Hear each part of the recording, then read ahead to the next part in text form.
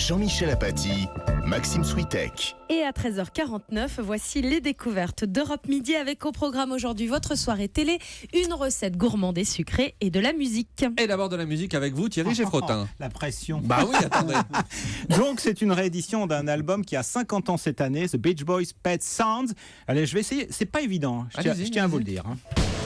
Wouldn't it be nice if we were older? Then we wouldn't have to wait too long.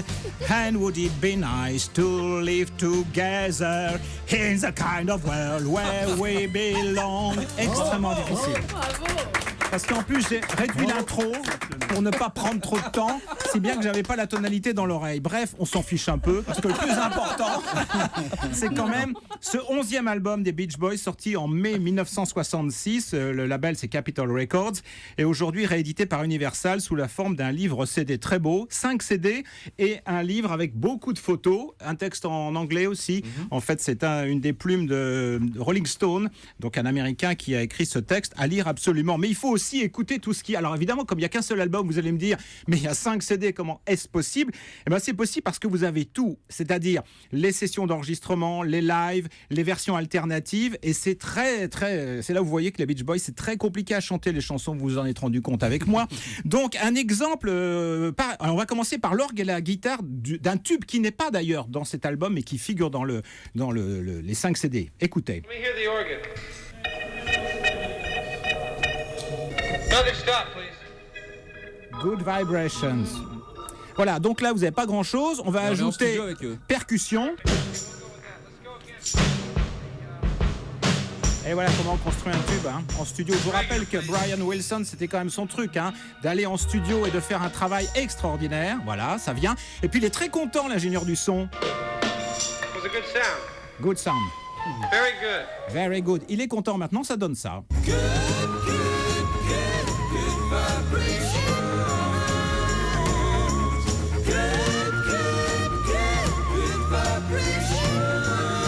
Que Good Vibrations est aussi dans ce coffret. Moi, c'est vraiment l'un des tubes que je préfère des Beach Boys, je dois le dire. L'album est entré dans l'histoire, cet album, Pet Sounds. Pourquoi Pet Sounds? En 2 mots, peut-être, alors les sons familiers, peut-être aussi un hommage à Phil Spector, un grand producteur. Oui, cet album est entré dans l'histoire parce qu'il y a des tubes évidemment, mais aussi la couleur. La couleur est très importante. Vous avez évidemment les harmonies vocales de ce groupe, mais vous avez aussi des instruments. Alors là, il y a 60 musiciens qui sont venus à un moment ou un autre pour enregistrer, à savoir clavecin, sonnette de bicyclette, orgue, harmonica, hautbois, instruments à cordes de type hawaïen.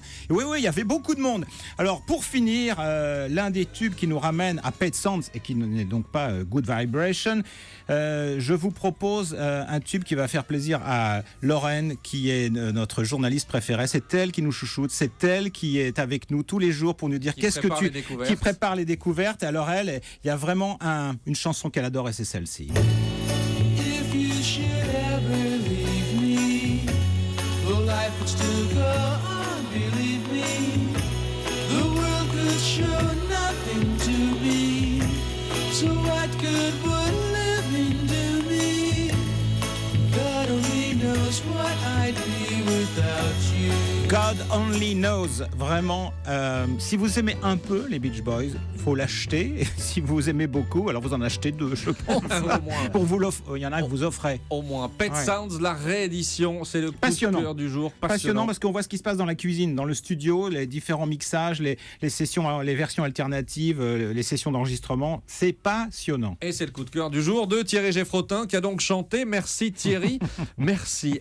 Christophe Felder, notre pâtissier à nous, vous avez une recette pour nous aujourd'hui, le clafoutis aux abricots. Oui. Vous savez où le clafoutis aux abricots? C'est toujours la question. Pourquoi vous venez les mains vides? Vous l'avez pas vu? Non. On a tout mangé. Et en moi fait. je regarde derrière, je regarde dehors en plus. Vous savez que la session d'après, vous avez double ration en général. Ah oui, mais alors, donc ce clafoutis. Oui, vous savez que les abricots, ça dure pas longtemps, c'est une quinzaine de jours. C'est un peu comme les mirabelles, parce que souvent on Ça râle. dure plus de 15 jours. Non, mais c'est un producteur qui m'a dit ça, qui est de la famille en plus, donc. Donc Thierry, s'il vous plaît. Hein, Non mais un jour je râlais justement avec lui et j'ai dit mais les abricots ils ont jamais de goût. Il me dit c'est combien de temps les Mirabelles en Alsace? Je dis 15 jours, 3 semaines. Il me dit c'est exactement pareil pour les abricots. Et donc Et attendez, là on est dedans ou pas? on est en plein dedans. Ah bah voilà. On y arrive. Ça tombe bien. Ah, ça tombe bien quand même. Les choses sont bien faites. Hein. Les choses sont bien faites. Donc la recette dans du les clafoutis. fruits, hein. Ah oui, un peu, oui. Voilà, Oui. donc On y va. on va faire un petit abricot avec du romarin, Mhm. donc un petit clafoutis. Alors on va faire infuser du romarin dans du lait, donc 250 grammes de lait. On fait bouillir le lait, on fait infuser le romarin. Ensuite, on ajoute la même quantité de crème. Et après, on va mettre 2 œufs, 2 jaunes, de la maïzena, donc 60 grammes, un peu de sucre vanillé, 150 grammes de sucre semoule, un peu de sel. Et en fait, les abricots, on va les poêler légèrement. On peut également mettre un peu de sucre roux. On va les mettre dans le fond du plat et on verse cet appareil dessus. Alors la maïzena, c'est pas mal parce que ça évite pour tous ceux qui ont des problèmes avec le gluten. Là, en ce moment, on dirait que toute la France en a. Mais ça permet de donner une texture aussi qui est un peu plus comme le flan. Vous verrez, le goût est vraiment intéressant. Il y a un petit truc aussi qu'on peut faire avec les abricots vite fait. On prend les abricots, on les coupe en deux, on fait une petite frangipane. Et vous savez, on met un peu de frangipane dans le petit creux là, du noyau. On enlève le noyau. Et dessus, vous écrasez un peu des noisettes. Vous mettez sur cette petite frangipane. Et vous mettez votre grille du four toujours à fond, hein, en pâtisserie. Très fort. Un peu de sucre glace sur les abricots. Et vous mettez sur une plaque. Vous en mettez, je sais pas, une quinzaine. Et vous les cuisez sous le grill tout doucement. Vous surveillez. Vous restez à côté. Hein, pas de coup de fil, rien du tout.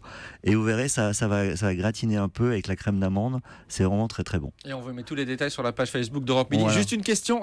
Vous disiez la même quantité de lait et de crème. C'est moi ou c'est un peu riche comme recette?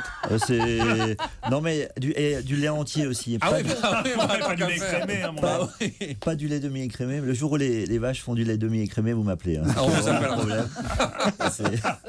Voilà, toujours lait entier et crème entière liquide. Comme dirait un membre de votre famille, 15 jours le lait écrémé, pas plus. J'ai bien suivi. Hein. Voilà, Merci en tout cas Christophe Felder. Merci Christophe. Eva Rock, votre coup de cœur ce soir, votre choix télé. Le Tour du monde en chanson, c'est sur France 3 et c'est à 20h50. Et je ne chante pas. Une chanson, c'est souvent un C'est marqueur. dans- dommage. Ah oui, c'est Oui, dommage. oui, surtout que je chante très bien. Allez-y. C'est une pique. Une chanson, Non, Thierry, ne prenez pas mal. donc je disais, une chanson c'est souvent un marqueur dans le temps, mais c'est aussi dans l'espace. Les chansons françaises depuis près de 60 ans racontent aussi des lieux, des pays, et c'est Mireille Dumas qui a organisé ce road movie musical, un voyage qui passe évidemment par les États-Unis, comme en 1987. Alors qu'il vient d'être lâché par sa maison de disques, Nougaro décide de partir à New York pour enregistrer un nouvel album, et il raconte cette histoire. J'ai vendu ma maison de l'avenue Junot.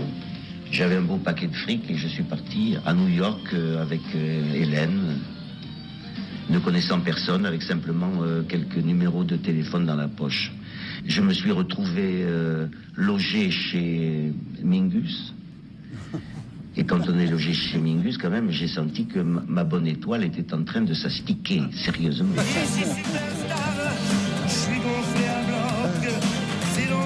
Et cet album, Nougat York, va être un des plus grands succès de Nougaro, avec un certain Marcus Miller quand même à la base, pour ceux qui connaissent un peu. C'était le bassiste de Miles Davis, entre autres. De l'autre côté des États-Unis, un autre chanteur français décide de s'installer, lui, à San Francisco. C'est Maxime Le Forestier, Ah, la bien Maison sûr, Bleue. qui raconte ce qui se trouvait tout à fait dans cette maison bleue. À l'intérieur, c'était, oui, tout à fait l'idée qu'on se fait d'une maison de hippie. Il y avait beaucoup de lits, parce qu'il y avait beaucoup de gens qui passaient. Puis il y avait beaucoup de gens qui faisaient l'amour aussi. Donc c'était très utile, c'était fondamental, le lit. C'est une maison bleue, accrochée à ma mémoire. On y vient à pied, on ne frappe pas. Elle est toujours là, la Maison Bleue.